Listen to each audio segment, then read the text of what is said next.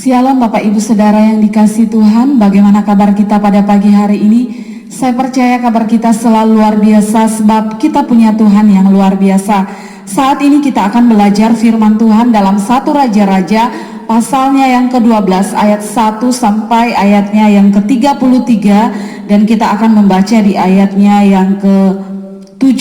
Mereka berkata, jika hari ini engkau mau menjadi hamba rakyat, mau mengabdi kepada mereka dan menjawab mereka dengan kata-kata yang baik, maka mereka akan menjadi hamba-hambamu sepanjang waktu.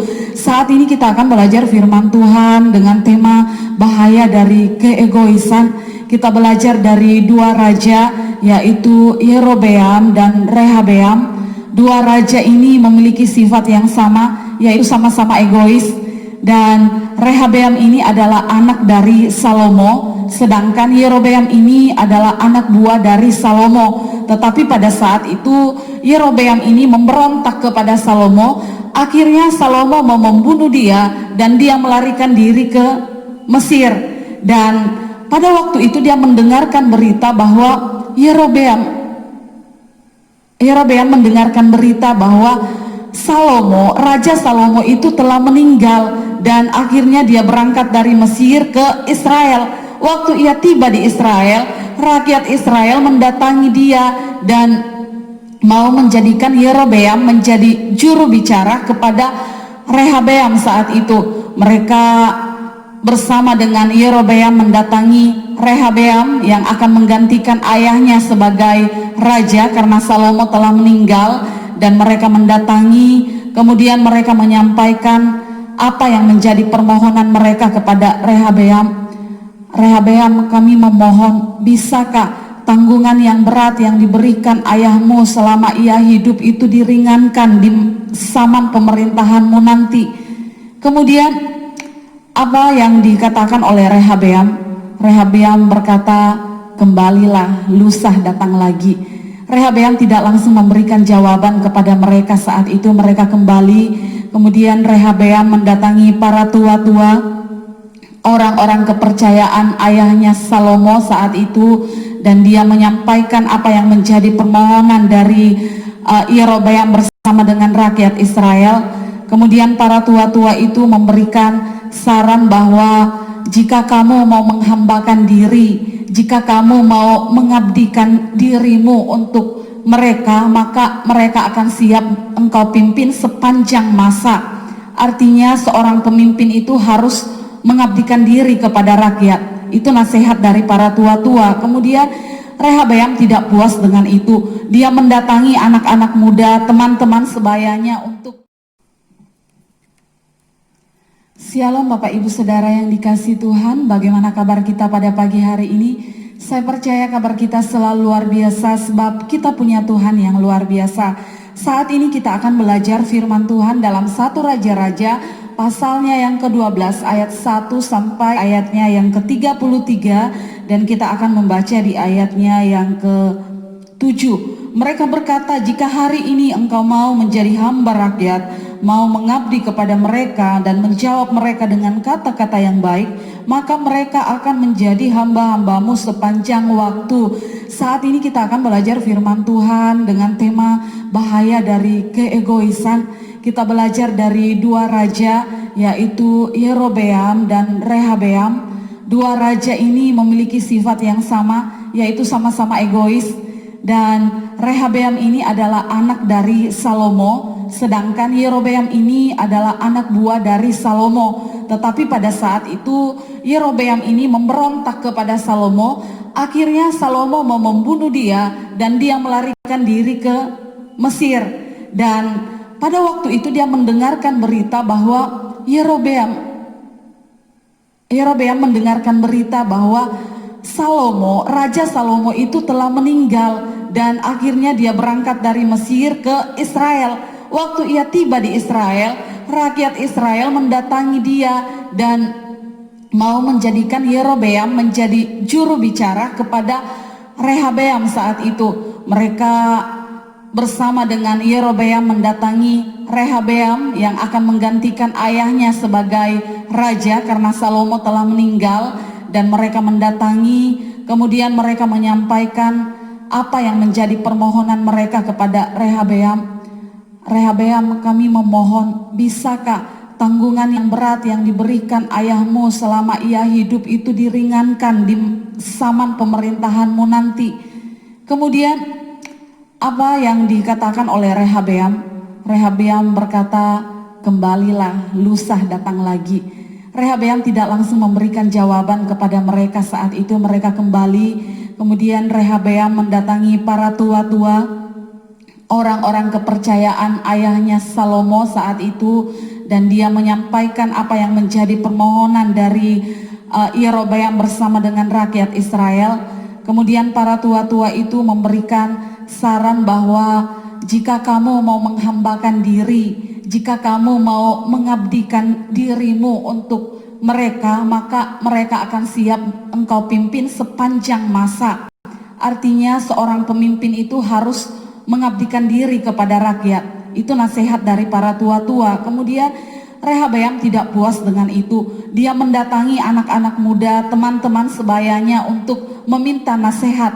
Dia menyampaikan apa yang menjadi permohonan dari rakyat Israel bersama dengan Yerobeam, dan setelah itu nasihat mereka itu parah sekali ya, karena dikatakan bahwa katakan kepada mereka, kelingkingku itu lebih besar daripada pinggang ayahku, dan jika ayahku menghajar kamu dengan cambuk, maka aku akan mencambuk kamu dengan cambuk yang berduri. Salah. Ulangi. Tapi biar itu, biar di sini saja. Keren. Teman-teman sebayanya itu memberikan nasihat di ayat yang ke-10. Dia katakan, katakan kepada mereka, kelingkingku lebih besar daripada pinggang ayahku. Wow, perkataan nasihat-nasihat yang sangat-sangat sombong, yang memanas-manasi Rehabeam saat itu. Dan dia katakan, kalau ayahku telah menghajar kamu dengan cambuk, tetapi aku akan menghajar kamu dengan cambuk yang berduri besi. Wow, cambuk yang berduri besi itu kita bisa membayangkan bagaimana menyiksanya, bagaimana tersiksanya orang yang dicambuk dengan cambuk yang berduri besi. Dia akan, kulitnya itu akan robek ya, dia akan luka yang begitu dalam. Dan ini adalah nasihat dari anak-anak muda, nasihat dari teman-teman sebaya dari Rehabeam yang belum berpengalaman. Dan apa yang terjadi waktu Yerobeam mendatangi Rehabeam bersama dengan rakyat Israel? Kita melihat bahwa Rehabeam itu tidak mengikuti nasihat dari para tua-tua, malah dia mengikuti nasihat dari teman-teman sebayanya. Dia katakan seperti ini, kelingkingku lebih besar daripada pinggang ayahku, dan jika ayahku menghajar kamu dengan cambuk, maka aku akan menghajar kamu dengan cambuk yang berduri besi. Wow, rakyat Israel tidak setuju. Mereka tidak mau lagi dipimpin oleh Rehabeam. Makanya mereka mengangkat Yerobeam. Rakyat mulai melantik Yerobeam sebagai raja mereka, dan Yerobeam memimpin 10 suku Israel, sedangkan Rehabeam anak dari Salomo, keturunan dari Yakub, hanya memimpin 2 suku, yaitu suku Yehuda dan suku Benyamin. Jadi kerajaan utara dipimpin oleh Yerobeam dan kerajaan selatan dipimpin oleh Rehabeam. Dan pada saat Yerobeam memimpin, dia sangat cemas. Dia sangat, inilah sifat dari orang yang egois ya. Dia mulai berpikir, wow, kalau rakyatku itu pergi beribadah ke Yerusalem, karena pusat untuk beribadah saat itu hanya ada di Yerusalem. Jadi setiap orang yang mau beribadah harus ke Yerusalem. Yerusalem itu tempat dari Rehabeam. Maka Yerobeam berpikir, kalau mereka sering-sering ke Yerusalem, maka saya takutnya seperti ini. Nanti rakyat yang saya pimpin itu malah membelokkan hatinya kepada Rehabeam. Jadi seperti ini saja, saya akan membangun kuil ya. Dan apa yang terjadi, Yerobeam ini membawa suku-suku Israel untuk tidak taat lagi kepada Allah, tidak setia lagi kepada Allah, dan Yerobeam melanggar perintah Allah. Karena apa? Egois, hanya untuk pribadinya. Jadi baik kerajaan utara itu hancur ya, dihancurkan oleh Asyur, dan kerajaan selatan itu dihancurkan oleh Babel. Jadi Bapak Ibu Saudara yang dikasihi Tuhan, baik pemerintahan Yerobeam dan Rehabeam sama-sama hancur. Waktu saya pelajari apa sih yang menyebabkan kerajaan mereka ini hancur, ada satu sifat mereka yang sangat berbahaya, yaitu egois. Egois itu adalah mementingkan diri sendiri. Makanya firman Tuhan di dalam Yakobus 3 ayat 16 berkata seperti ini. Sebab di mana ada iri hati, mementingkan diri sendiri, di situ ada kekacauan dan segala macam perbuatan jahat. Tuhan tidak memanggil kita untuk mementingkan diri kita sendiri. Tuhan memanggil kita untuk menjadi berkat bagi orang lain. Orang yang egois itu orang yang hanya mementingkan kenyamanannya sendiri dan keuntungan pribadinya. Tidak bisa, kalau mau menolong orang atau melakukan sesuatu, dia masih berpikir apa untungnya untuk saya. Orang yang egois itu melakukan apa saja demi mendapatkan apa yang dia inginkan. Jadi tidak penting orang mau senang, orang mau suka atau tidak, yang penting diri saya yang diuntungkan. Itulah orang egois. Dan mementingkan diri sendiri itu, orang yang egois itu tidak hanya merusak dirinya sendiri, tetapi juga orang lain. Orang egois itu, Amsal 50 ayat 13 berkata, orang yang egois itu sama seperti dengan lintah. Lintah itu hanya tahu nempel di kulit orang, mengisap darahnya, dan tidak memberikan keuntungan kepada orang itu.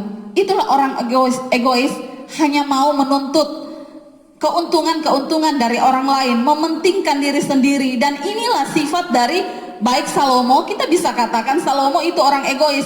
Dia hanya mementingkan dirinya, kerajaannya sendiri, dengan menghalalkan segala macam cara. Bahkan anaknya Rehabeam itu tidak diajar. 1 Korintus pasal 10 ayat 33 berkata, sama seperti aku juga berusaha menyenangkan hati semua orang dalam segala hal, bukan untuk kepentingan diriku tetapi kepentingan orang banyak, supaya mereka beroleh selamat. Jadi ketika kita tidak mementingkan diri kita sendiri, ketika kita tidak egois, kita tidak hanya menyelamatkan diri kita sendiri, tetapi kita juga menyelamatkan orang lain. Orang yang mementingkan diri sendiri adalah orang yang tidak berguna. Tahukah kita, hidup ini baru dikatakan hidup kalau kita tidak hanya hidup untuk diri kita sendiri, tetapi kita hidup untuk orang lain. Itu maunya Tuhan. Tuhan mau kita menjadi berkat bagi orang lain, bukan untuk diri kita sendiri. Kasih itu murah hati. Kalau kita sungguh menyadari kemurahan Tuhan dalam hidup kita, maka kita akan menjadi orang yang murah hati. Kita tidak akan iri kepada keberhasilan orang lain. Kita tidak takut untuk orang lain lebih maju dibandingkan dengan kita. Ini Yerobeam ketika saya belajar, ini bahaya sekali, dan ini sangat relevan dengan umat Tuhan, orang-orang percaya, bahkan orang-orang yang melayani Tuhan. Loh, mereka kan datang menyembah Allah di Yerusalem. Ngapain harus iri? Toh di sana juga mereka menyembah Allah. Tetapi inilah dia, sifat dari egois itu sangat berbahaya. Sampai-sampai orang yang egois itu menghalalkan segala cara untuk mendapatkan apa yang dia inginkan, untuk menyenangkan dirinya sendiri. Dan itulah yang membuat kerajaan mereka hancur. Salomo, Yerobeam, Rehabeam, tiga-tiganya ini raja yang sangat egois. Dan kita melihat apa yang terjadi dalam kepemimpinan. Jadi orang yang murah hati, orang yang tidak hanya mementingkan diri sendiri, tetapi hidup kita ini juga mau menjadi berkat bagi orang lain. Dan percayalah, ketika kita menjadi orang yang murah hati, maka kemurahan Tuhan akan selalu nyata dalam hidup kita. Kalau kita selalu melakukan tindakan-tindakan yang menunjukkan sifat murah hati, maka kita akan melihat kemurahan Tuhan akan senantiasa melimpah dalam hidup kita. Karena itu mari tinggalkan sifat egois, datang kepada Tuhan. Tuhan, selidiki aku Tuhan, lihat hatiku, apakah jalanku serong, dan tuntunlah aku ke jalan yang benar, sehingga hidup ini menjadi hidup yang berkenan di hadapan Tuhan. Memulihkan hati yang terluka, menjadi rumah bagi mereka yang lelah, membagi hidup dan milik kita bersama. Jadikan hatiku seperti hatimu, Bapa. Selamat pagi, selamat beraktivitas di hari ini. Tuhan Yesus memberkati kita semua. Shalom.